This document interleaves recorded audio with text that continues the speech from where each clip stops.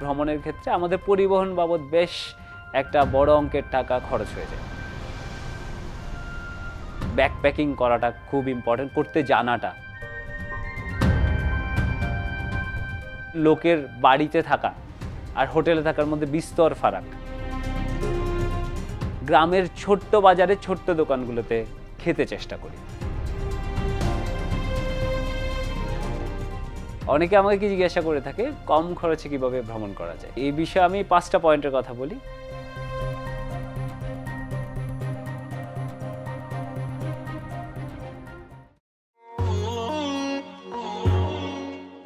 প্রথমেই হচ্ছে পরিবহন। যে কোনো জায়গায় ভ্রমণের ক্ষেত্রে আমাদের পরিবহন বাবদ বেশ একটা বড় অঙ্কের টাকা খরচ হয়ে যায়। যদি সেটাকে আমি একটু মিনিমাইজ করতে যাই, যে ওয়েগুলোতে ঘোরা যায়, সবার আগে অবশ্যই হাঁটা। আমরা যদি একটু লম্বা দূরত্বে হাঁটার অভ্যাস থাকে বা হাঁটতে পারি, তাহলে হাঁটলে হচ্ছে পরিবহন বাবদ একদমই কোনো খরচ হবে না।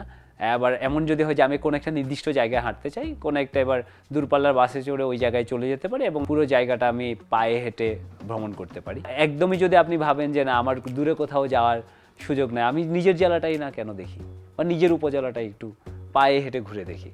এই পায়ে হেঁটে ঘুরে দেখলে আসলে আপনি এমন অনেক কিছু দেখবেন যেটা হয়তো কখনো কোনো দ্রুতগতির যানবাহনে গেলে কখনোই দেখে উঠতে পারবে না। এছাড়া আরেকটা ওয়ের কথা অবশ্যই বলবো, সেটা হচ্ছে সাইকেলে ভ্রমণ। আমাদের দেশে লম্বা দূরত্বে সাইকেল ভ্রমণ বেশ জনপ্রিয়, এইটা একটা ভালো মাধ্যম হতে পারে।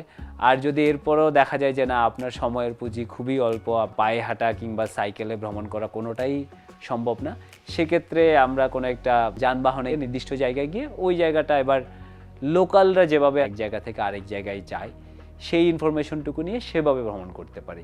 সেটা লোকাল বাস হতে পারে, লোকাল লঞ্চ, বা যেভাবে খেয়াঘাটের নদী পারাপার হয় যে ওয়েতে, সেভাবে গেলে আমাদের খরচ অনেকাংশেই কমে যাবে।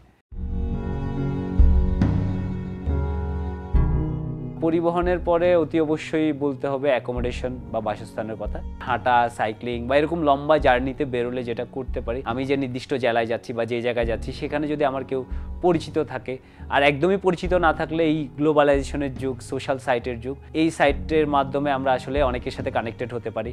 নট নেসেসারিলি সেটা আমার কমিউনিটির হতে হবে, আমার প্রফেশনের কমিউনিটির হতে হবে। ব্লাড ডোনেশনের অনেকগুলো সংগঠন আছে বা নির্দিষ্ট জায়গায় ওই এলাকা পরিচ্ছন্নতার ব্যাপারে কাজ করে নানান সামাজিক সংগঠন আছে, তাদের হেল্প নেওয়া যেতে পারে। আর যদি একদমই কোনো কিছু সম্ভব না হয় সেক্ষেত্রে উপজেলা পরিষদ, জেলা পরিষদের ডাক বাংলো আছে, এগুলো খুব মিনিমাল খরচে আসলে থাকা যায়।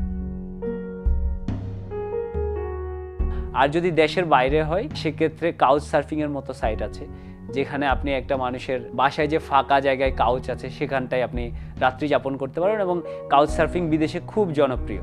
আপনাকে এই বাবদ কোনো পয়সাও গুনতে হবে না। একই সাথে যেহেতু আপনি একটা নতুন দেশে যাচ্ছেন, নতুন একটা দেশের লোকের বাড়িতে থাকা আর হোটেলে থাকার মধ্যে বিস্তর ফারাক, এদের পারিবারিক ঐতিহ্য কি, এগুলো আপনার দেখার সুযোগ হয়ে যাবে একই সাথে।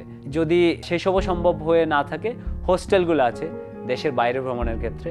হোস্টেলগুলো হচ্ছে বিশ্বের নানান দেশ থেকে আসা ব্যাকপ্যাকারদের একটা মিলন মেলার মতো। আর অনেকগুলো জায়গাতে সুবিধা আছে, যেগুলো উপাসনা গৃহগুলো আছে, মসজিদ, মন্দির, গুরুদুয়ারার এগুলার দরজা খোলা, এই জায়গাগুলো অ্যাভেল করা যেতে পারে বাসস্থানের ব্যাপারে।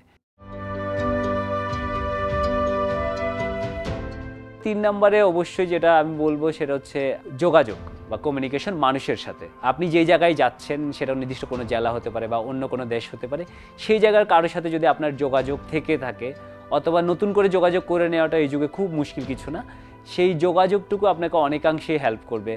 আপনি হয়তো ইন্টারনেট ঘেটে যেটা জানতে পারছেন না, কোনো স্পেসিফিক জায়গার ওখানের যে অধিবাসী আছেন তার কাছ থেকে হয়তো এমন একটা সুপরামর্শ পাবেন যেটা আসলে আপনার ভ্রমণটাকে অনেকাংশেই ভিন্ন মাত্রা দিবে। আপনি হয়তো তার মাধ্যমেই এমন একটা নদীর পাড়ের খোঁজ পেলেন যেখানে লোকালরা বিকেলটা কাটায়, সূর্যাস্ত দেখলেন, বা নতুন একটা পাহাড় চূড়ায় গিয়ে সূর্যোদয় দেখলেন, এইটা হতে পারে। অথবা এমন একটা মিষ্টির দোকানের খোঁজ পেলেন যেটা হয়তো 100 বছরের পুরনো, যেটা হয়তো আলোচিত নয়, এটা একটা হতে পারে। এইগুলো খুব রিওয়ার্ডিং এক্সপিরিয়েন্স। এই যোগাযোগটাও খুব ইম্পর্টেন্ট। ভ্রমণের ক্ষেত্রে ব্যাকপ্যাকিং করাটা খুব ইম্পর্টেন্ট, করতে জানাটা। ব্যাকপ্যাকিংয়ে আপনাকে জানতে হবে যে কি নিতে হবে, এর চেয়ে জানতে হবে কি কি নিতে হবে না। এটা ভেরি ভেরি ইম্পর্টেন্ট। অনেক সময় একটা ছোট্ট ম্যাচের বাক্সের জন্য পর্বতারোহণে যেরকম হয় একটা অভিযান শেষ হয়ে যেতে পারে। এখন আপনি একটা ম্যাচ, যেটা খুব প্রয়োজনীয় ম্যাচের বাক্স, যেটার ওজন 5 গ্রাম, নাকি এবার একটা এক্সট্রা কাপড় নেবেন যেটার ওজন 200 গ্রাম, যেটা হয়তো আপনি একদিন পুরো ভ্রমণে একদিন পরবেন হয়তো এক বেলার জন্য। চলতি পথে হাঁটার সময় কোন জিনিসটা আপনার লাগবে সেটা হাতের কাছে রাখা বা ব্যাগের উপর দিকে রাখা, আর যে জিনিসটা আপনার দিন শেষে লাগবে, পুরো যাত্রাপথে আপনার লাগবে না কিন্তু দিন শেষে লাগবে, সেটা ব্যাগের নিচে রাখা। ফাইনালি 5 নম্বরে আমি বলবো খাবার দাবারের কথা। আমরা যেখানেই যাচ্ছি, আমি যদি আপনার চেনা কোনো বন্ধুর বাড়িতে থাকেন বা পরিচিত কোনো বন্ধুর বাড়িতে থাকেন, তো সব জায়গায় একজন মা আছেন। মা অনেক ক্ষেত্রে যদি কারো এরকম আতিথেয়তা নেন, আমাদের দেশ এখনও সেই অবস্থায় যায়নি যে কাউকে সে না খাইয়ে এখনও ছেড়ে দিবে। খরচের ক্ষেত্রে এটা মিনিমাইজিং ফ্যাক্টর। আর আমি যেটা ফলো করি, একদমই নতুন অচেনা জায়গায় গেলে যেটা করি, গ্রামের ছোট্ট বাজারে ছোট্ট দোকানগুলোতে খেতে চেষ্টা করি। এদের খাবারটা বেশিরভাগ সময় খুব ঘরোয়া এবং সুস্বাদু হয়, এবং একই সাথে সেটা পকেটের উপর খুব বেশি চাপ পড়ে না, এবং এরা খুব আগ্রহ নিয়ে খাওয়ায়। আসলে আপনি যদি কোনো একটা ব্যস্ত বাস স্ট্যান্ডের কোনো একটা দোকানে খেতে বসেন, আর একই সাথে কম্পেয়ার করলে যদি আমি একটা ছোট্ট গ্রামের বাজারে ছোট্ট দোকানে খেতে বসি, ওই ছোট্ট গ্রামের ছোট্ট দোকানে আপনার বেশ আগ্রহ নিয়ে খাওয়াবে, এবং সেটা আপনার পেটে আর পকেটে দুটোতেই কুলিয়ে যাবে। সবসময় সব খবর পেতে ভিজিট করুন prothomalo.com/video। চোখ রাখুন প্রথম আলোর ফেসবুক পেজ এবং ইউটিউব চ্যানেলে। থাকুন ভালোর সাথে, আলোর পথে।